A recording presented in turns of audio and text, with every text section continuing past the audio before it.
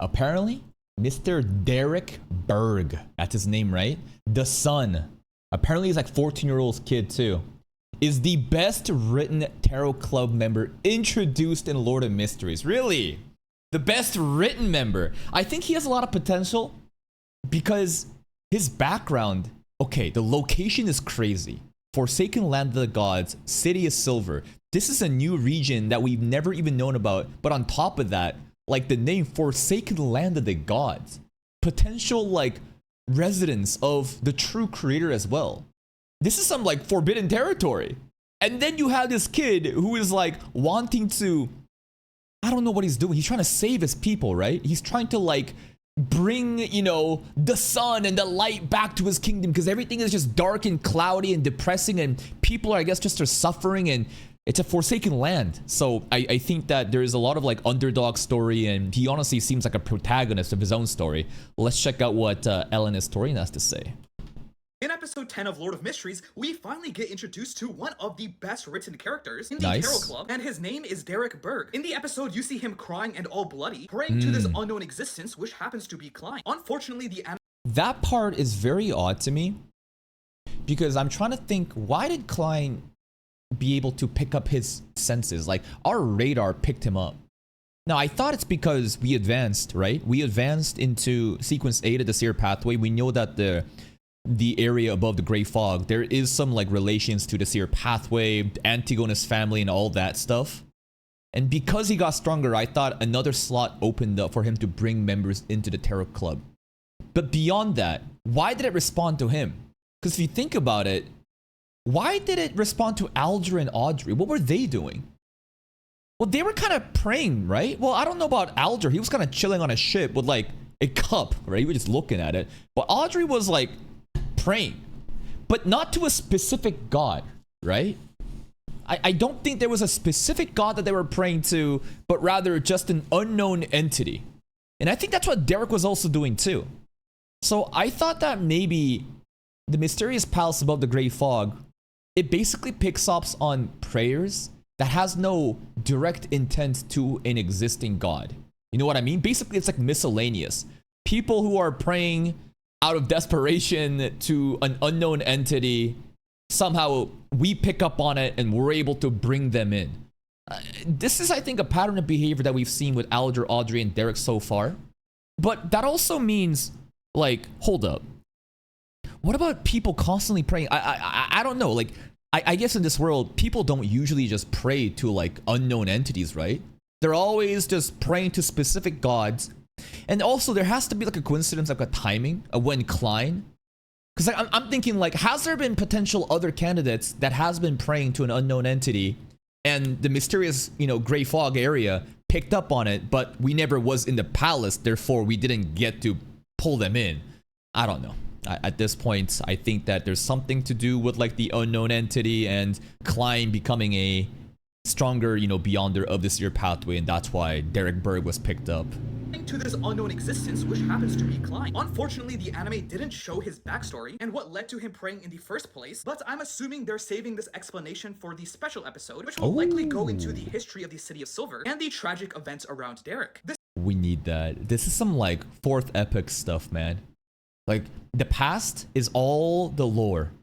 And the City of Silver, Forsaken God, Land of the Gods. Listen, like, this area may have all the secrets in the lore about Beyonders and what happened in the past events, but like, now we have someone that we can actually talk to. So this is gonna be crazy. And the special episodes, I'm very excited to see that. Tragic events around Derrick. This episode also had a lot more setup for the future, like introducing one of the 7 admirals, Vice Admiral Hurricane Kalangos, who again will be... Is it Kilangos or is it Chilangos? It's Chilangos, right? If we go with like the Chinese pronunciation, right? Because like Q is like a CH sound. Like, I thought for the longest time in Genshin Impact, the reason I'm bringing Genshin Impact up is there's a... Aww. You know what? When this character pops up in your pity, it's a fucking trauma. Oh god, it's Kiki! It's not Kiki though. It's Chi-Chi. Yo, put some respect on Chi-Chi's name though. Chi-Chi carried my ass at the beginning of Genshin Impact, like version 1.0 during the launch when I had no healers. Now if you get Chi-Chi off of a fucking stand, you're like, oh, why the fuck are you here, man? Anyways, Chilangos, right? Not Kilangos. Hurricane Kalangos, who again will be pretty important in the 1 hour special episode coming out next year. The episode 1 hour special? Oh, also next year. For some reason, I thought the special episodes were gonna come out like right after season 1. So like we have to wait a long time for this, huh? Our special episode coming out next year. The episode in its entirety was pretty solid. It was mostly again setup, and we did get some reveals, like 0-08 and a few other things. I also really like the beginning portion of this episode. The most dangerous artifact. The most dangerous sealed artifact that we have been publicly exposed to. 0 rated. This guy was like Ince Zanquel. I'm thinking Mr. Z. Anytime there's a dude named Z, I'm thinking Mr. Z. It might not be, but this guy has the quill, the feather, and he's the one that is basically rewriting the events, right, of this world right now. Everything that's happened, not everything, but he definitely has major influence. That feather, man. And a few other things. I also really like the beginning portion of this episode, where we see Klein grieving after. Also, another thing to really question is we know now that sealed artifacts are created using Beyonders that's gone crazy. It's one method. There's multiple methods, but one of the methods is crazy Beyonder out of control. We use their remains and it turns into a sealed artifact. I'm sure their powers as a Beyonder must have relations to what kind of powers that sealed artifact is.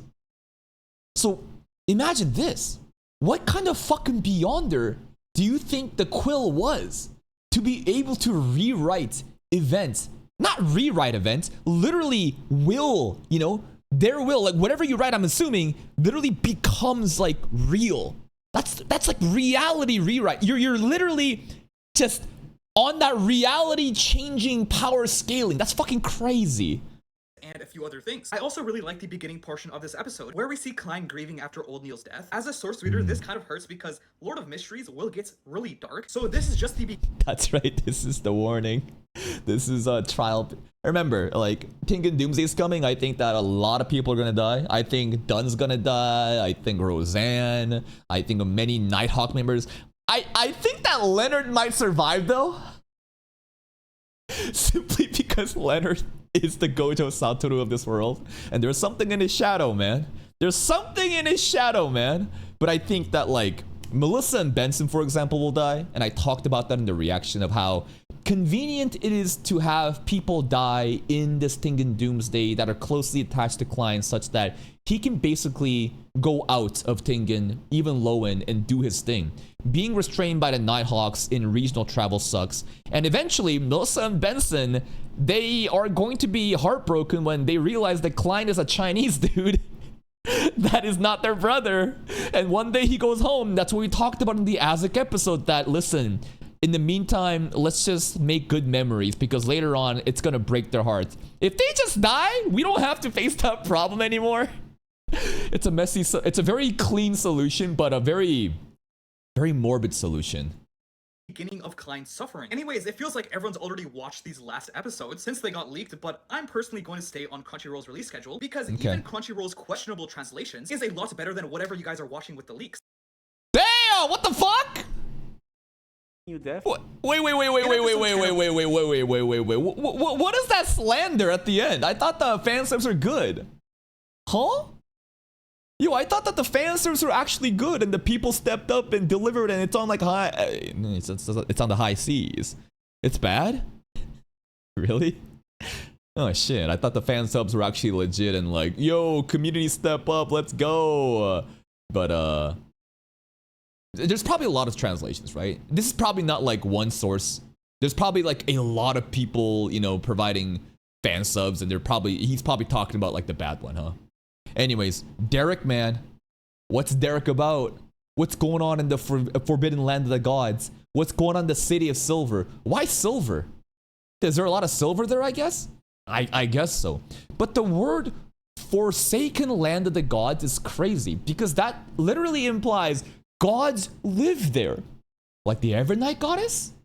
What about the true creator? Because Alger was saying, hey man, we got some knowledge, right? Here's some knowledge about, City of Silver or Forsaken Land of the Gods. Apparently, Aurora Order is looking for the holy residence of their god. And it may be the Forsaken Land of the Gods. True creator, what the fuck? When was that? Is this third epic? Like second epic shit? Like, it's kind of crazy, right? But the gods forsaken it. What happened? Maybe the monkeys, the curly-haired baboons in the Land of Silver, City of Silver, they were like some Noah's Ark shit, Like in the Bible, there's like the Noah's Ark stuff where basically God is disgusted at his own creation. Humanity is indulging in so much pleasures and hedonistic desires, and there's nothing wrong with going for that, but when that's the only thing that like you're about, it becomes corrupt, it becomes evil, and basically it's the most disgusting version of humanity. And maybe the City of Silver, the Forsaken Land of the Gods, there was something similar in the past where they're sinners, the gods were like, damn, y'all are fucked up, we're leaving, bye. I don't know. There's not enough information to go off of, but very, very interesting region. Different language entirely. And the fact that Klein can pull someone in from this region, crazy. I think that DERRICK stonks are going up simply because of his, I guess, residence. Please check out Ellen Historian. Here's a link to their video. Go give it a like. Check out their channel for more content, but be careful for spoilers. See you next time.